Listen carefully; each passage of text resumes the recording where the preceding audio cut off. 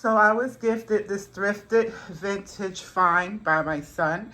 It's a Berkeley and Gay bar cabinet bookcase. And this is vintage, guys. This is all hand painted and handcrafted. It still has the key on it. And I have all the stuff, the products for restoration. I'm going to be using this Restore and Finish in the dark walnut color. I have my steel wool that it says recommended to use with it.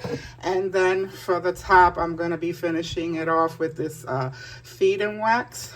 And so these cabinets, when I looked them up, are worth upwards of $3,000 online. In good condition. So we'll see how I'm able to restore it with these products. This is the first time that I'm ever going to be using it, and I'm eager to see how the results come. Oh, it's missing 2 shelves. The clips are on. I took them off because I'm gonna line them. So that's the deal with that.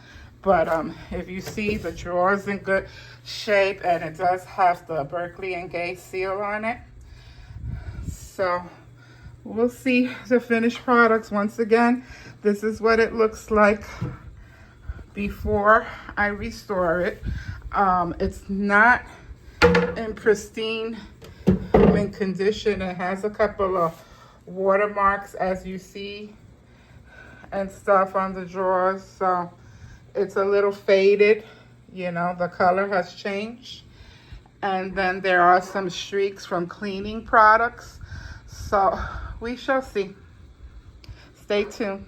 So as per instructions for the Restore and Finish, it says to put it on with some of this here steel wool and then rub it off with a microfiber cloth. So I got my microfiber cloth and my steel wool pad, and we're gonna get right into it. It's kind of hard for me to record and you know, work with one hand holding the camera, but I'm gonna do my best. So let's go ahead and pour some of, I'm not sure, I think I should be wearing gloves. Yeah, I'm gonna put on some gloves.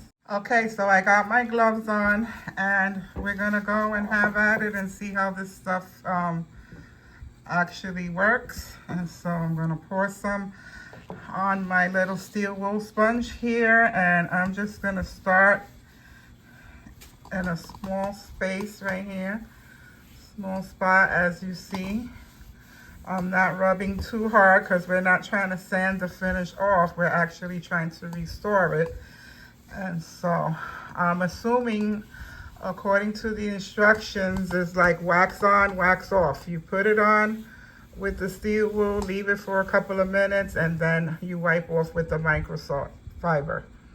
Oh my gosh, so apparently a very little goes a long way. I just put that little dab on here, and I've taken care of this whole edge. Look, there's little spots like this. See these scratches?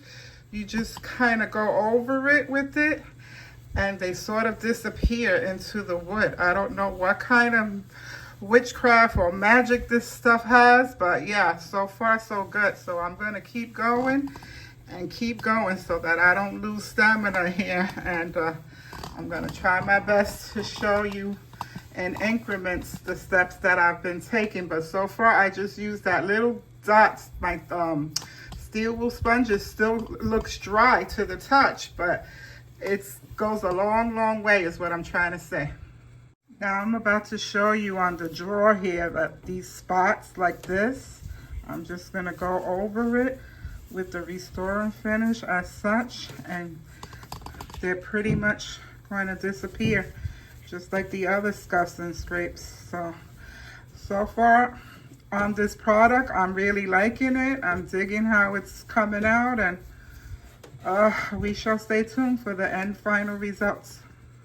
So overall, as I'm going along, you can see the difference. It's quite a difference between the areas that I treated to the areas that have not been treated yet. For instance, this looks very dull and dry and very worn, and then this area is just brought back to life. So what I would say, it's more like a condition, like a wood conditioning, and it literally treats the wood and hydrates it and brings it back to life. As for the longevity, I can't attest to it because we'll have to see over time. But so far, it is working very, very well as a wood conditioning treatment, and it's taking away a lot of the scuffs and marks and bringing it back to life. Okay, so I'm losing a lot of daylight. You know, my sunlight, it's getting dark. It's giving out on me, so I'm trying to finish up. I've let this dry for about an hour or two, and it dries pretty quickly. Plus, I have the fan running. So now I'm going to go ahead and come in with some of this feed-in wax, and I'm just going to rub it on with my little microfiber cloth here, and I'm just going to go over the whole thing all over again.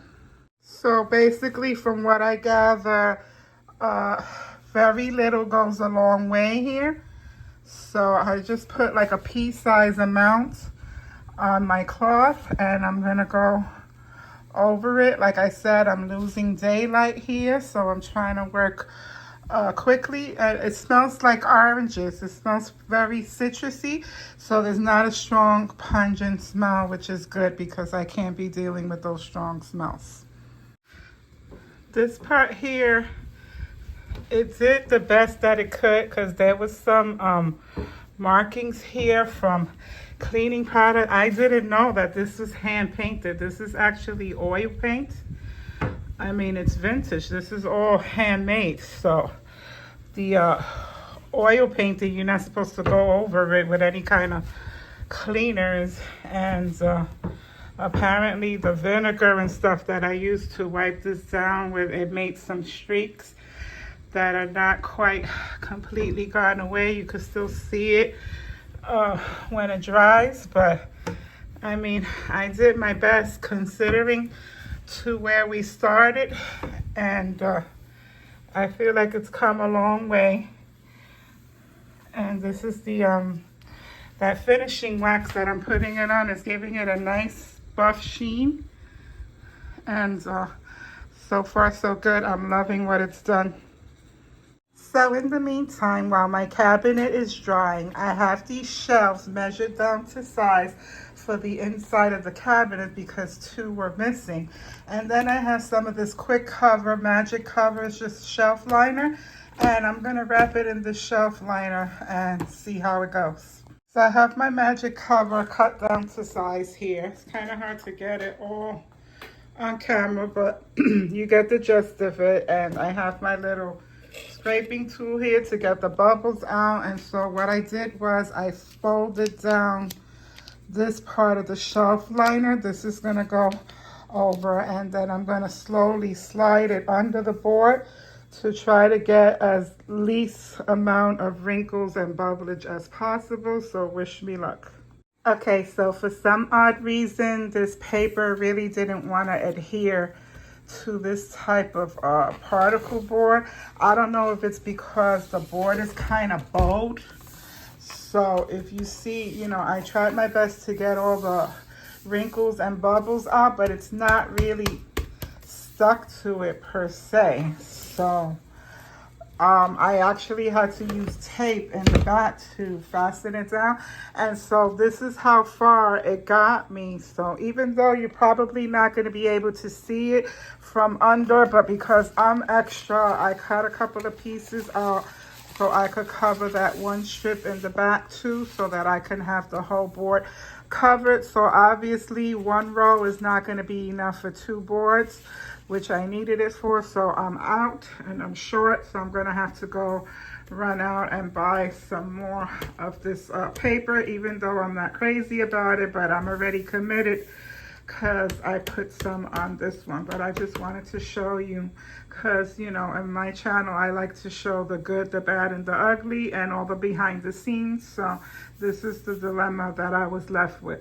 So as I started to show you earlier with the back side, I just lay my piece down and I fold this backing. I fold it down so that as I'm pushing, you know, the backing is coming off, and I'm pulling this way and I'm smoothing with my hand as such. So I just wanted to show you how I do that. So I'm just gonna finish out this piece here and I should be done with this board. This is how the inside of the cabinet looks with that shelf liner that I did. This is the original board that it came with, but it was missing two. So I have the hooks, as you can see, and I have the other board. I just ran out of the shelf paper, but I put that one there for now temporarily, and nobody's really gonna open it and look inside, but it looks pretty good. And that's it, guys. This completes this DIY, my overall review on the Restore product. I think it's worth it. I think you should give it a try if you have something that you might want to bring back to life and restore.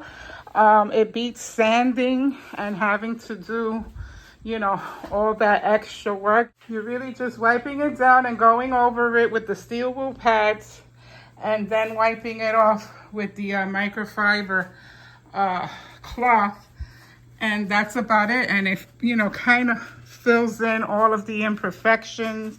I'm trying to get up as close as possible so that you can see. It really did a good job in getting a lot of those imperfections, not 100%, but like I said, compared to what it was before, I think it took it up a notch and it came a long way, and I love it. I'm in love with my little piece, and I am going to put it to use and treasure it. So I hope you like that I shared this with you, and I'll see you in my next video. Bye.